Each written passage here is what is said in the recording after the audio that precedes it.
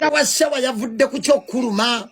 olw'okubazze ku TikTok akola akantu ne bw'otandi walampye tata wa shawa abantu bamanye ebigongo byakusala n'okukolera live kikwongerako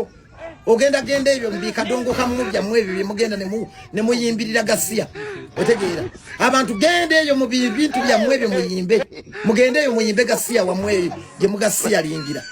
abantu bakuyambye shoba jagadde bagipositinze bagenda kujja bakuyambe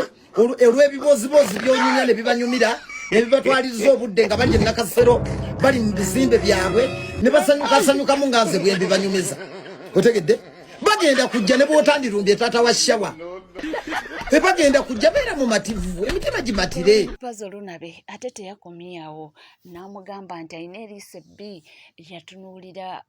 mukulu Abdulmulasi kyagamba nti kyali tekisaanidde ono ayina ebigambo bye biwanvu era byonna bigenda wakazi w'ekapo bw'osanga nga Abdulmulasi gwe yimiriza n'emmotoka ogireke ng'etokota ofukamire omwebazi Abdulmulasi yakwagala nnyo tiyandize muri haso kukukolera lyaso nayimba ngo omukeneka kalika kwefulumizi katunudde mu nsonda Abdulmulasi gwe yakwagala munjulire wano bwemba nimbi Abdulmulasi yakwagala n'obulamu bwona kasajja gwe tewandi baddira timu naye nga byonna bigenda mu maaso mwana mulenzi tenge naye ali mu maziga bannange omwana yayogedde nga kaaba ng'awulira bannange byakwegumya naye nga amaziga gamuyitamu agamba maneja we yamugobe ate n'atwala akawunti ze zonna omwana omuto yatandika ebintu ebiringa ebyokusaaga nti maneja we n'amugamba leka nkugulirewo akawunti tuteekengayo vidiyo zo era yagambye nti by then nalina amaaso manene ati ndowooza oba amaaso ago abantu ge baayagala ennyo nti naye nze saategeera nti ate oluvannyuma nga tanzikiriza nze ku akisesinga akawunti ezo era nga tanzikiriza kuteekayo yadde ekintu kyonna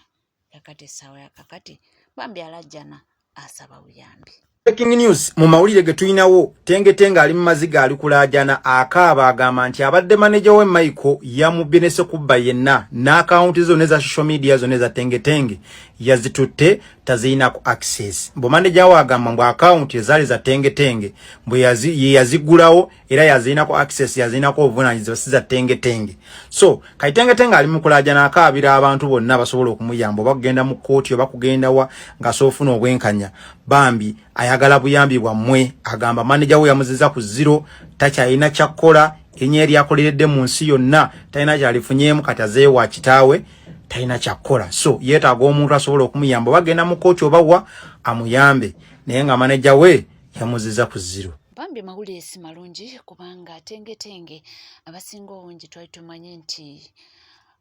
oba oliawo ali bulungi kubanga Budiruzi yafunanga bungi natuuka n'okutugamba nti asoose kubanga ayagala kuzimbira kyalo oba Luzzi bonna benefitinge dene ebirala biddeko abantu ne tulowooza nti oba oliawo ebintu byali bibatambulira nga bibabibala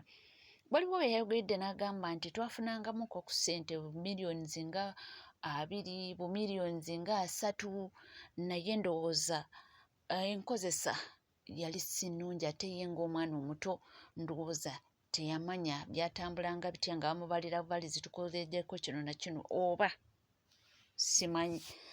naye tweyongera okuba nga tumusabira afune obwenkanya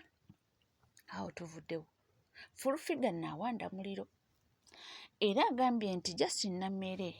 yakaabye amaziga ng'asanyuse bamuwadde ekya obwa minisita naye agambye nti ye tajawulekerawo muwalana era agambye nti amaziga kyakaabira ddala nti ajja gakaaba. Njagala bategeeza kino nabayo okuvuka nga bimere byambizi yakola ki yali ayagala kunzita nange mwagaliza kufa mwagaliza amagomba agasamye gati era nsaba allo wekise kinjo Katonda tali yanguzi njagala amaziga ge galeme kuggwamu amaaso ge galeme kuggwamu maziga ne bwalibera mu kesi nga bamuzinze amaaso ge tegaggwangamu amaziga Katonda ndayira nkolima oyo mukolimire sinze kasosa mukolimira amaaso go butakalanga maziga ne bwaliba bamuzinze akalambo nga kali magombe amaaso ge tegalikalanga maziga ebyana bete bigwanga mwenta endwadde n'amaziga bifa bizike bigwewo ebyagenda gabira abasajja abalala ozalwache wa muwalinga amatongo mwala wa mulima nyanyo omusazi Asia gwe mwagobaganya mwala wa mulima nyanya Asia lwachi amakaga ga step daddy galinga amatongo ebikoli mona amaziga abantu ge bakabye abe mwanyi abe motoka abachi twendera bongama minister afu minister nga suspect you were suspect or criminal oina record eruzira nabo oli ntwalayo tekikola mawulire njogedde kubanchi manyi olwanidde machindawo ku court ng'ofiirawo nga wosiba ne batuko kugoba ng'osiba ku court mbotwale luzanga tolina musango nga tolina ki abawoza musonyi we muveeko musimanyi kola ki mumanyi byakola abadde ku court amachinde nga wasiba nasulawo nga yajoteka emisango yayita lawyer kyala tategera tamalina kusoma kapande ne bamugoba bugobi ne bamweta mwanga ne wayingira office bagigala ekikazi kizo kinzeda kizumba kiyo kiwumpugumi kati njagala okubategeeza mu lwatu nti nze nina olutalo naye simpalana buwalana nina olutalo nina empalana naye paka lwendiva ku nsoba lwalivaako alisooka munno okuvaako mumuddeeyo nemwefulambo yakikola gwe yakikola nze bwesonyiwa abakusobya emmanyayo yiyo n'entegera yange empulirayo yiyo n'empulire yange sigwe gwe bakuba singa nafa singa banziika dda nga ye alya obulira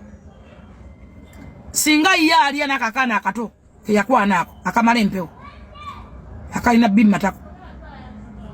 singa nafa singa ye alya abantu batabasiba naabwe ofensi nesigala ng'egenda mu maaso tayimirira omanyi bantu ameka bafudde bwe batyo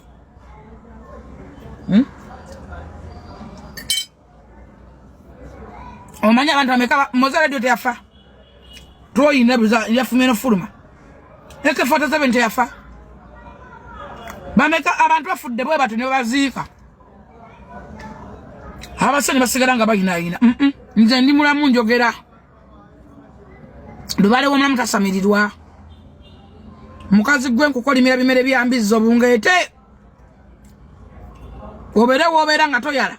obeera nga tolina mirembe nga neoba weebase toliba na mirembe ngolaba muzimu gwange ne bw'oli nzita ne bw'oli nsiba ne bw'olikola ki olirabanga omuzimu gwange guli kugaana okwebaka kyo nkikubuulira oligulaba teguliwummula mirembe oligulaba n'abaana bo baligulaba mu birooto mu kwekanga mu mbeera yonna katonda akimanyi gwe njogera naye omuzimu gwange oligulaba ekyo ne katonda akimanyi nze gwe nsinza mulamu atanziramu ngasi byangu naye ffe munange tubaawo kubanga tugakutuusako fulufiga n'ekimwogeza ebyo abantu babadde bavuddeyo ne bagamba kakati abadde awalana Justin Nammere bamuwadde ekya minisita ojja mukola ki yakugambye nti ali kumite era tatidde oba bamuwadde oba nedda naye yeewera nti ajja kusasulira embooko ze baamukuba okitegeera awo tuvuddewo ene wa Eddy Kenzo munange masanyu meereere anti munange ebintu byeyongera okuba nga bibatambulira nga bwe baabibala waliwo omwana muwala yavuddeyo n'amuleetera ekifaananyi ekisiige naye nga kinyirira bitya ate bambi we kamaze ne kasaba bannayuganda mukawagire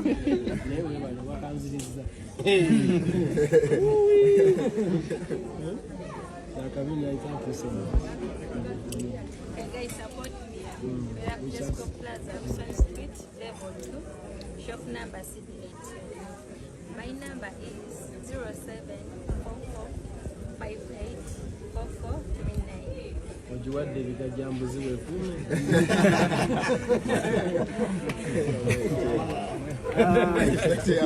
nga tuvuddewo katweyongerayo mawulire ag'enjawulo onaabuuzizza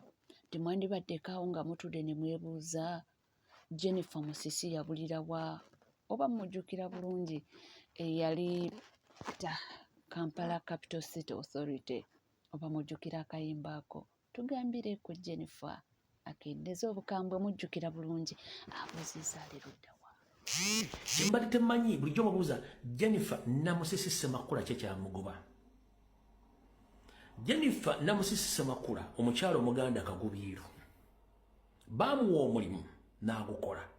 Wabula ekiseera kyatuuka ne batandika omusindikira bwe kitatandisa kusindikira.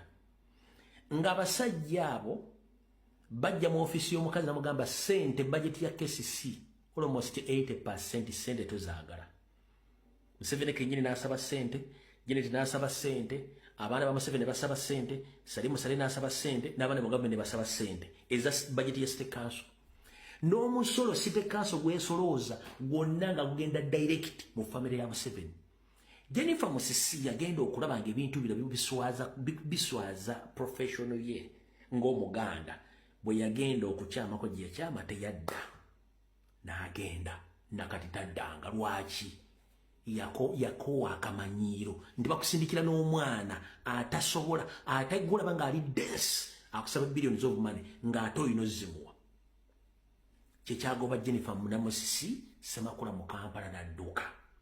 Kati bano bonna baleese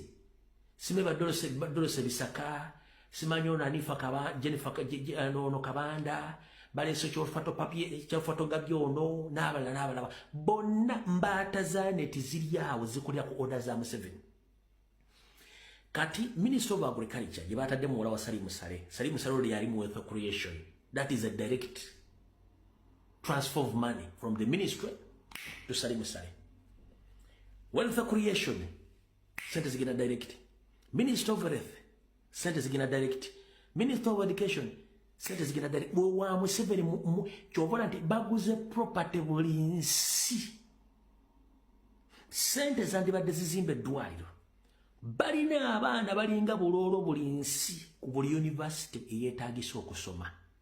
Abaana obadde okimanyi nti abaana bagenda ku university okusoma ng'olwedde omwana agenza okusoma ng'alina amakaaga ge gy'asomera oba ali Canada oba ali mu America oba ali mu Bungereza oba ali mu Europe oba ali mu Asia. Omwana agenda okusoma, abaana bagenda okusoma nga apartment gye ziri mannya ga relatives baabwe. Gwe njagala okole research oba kye tuyita survey ku baana bonna abali ku state sponsorship abatasobola kugaa nti ndi mwana wa gundi oba basobola mu hostelo za university.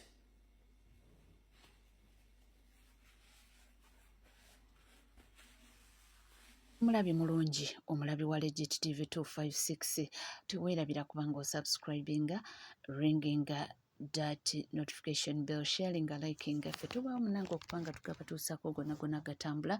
era nga tuula butuuzi byonna ojja kubanga obifuna wano ku Legit TV 256 sikala naffe tova.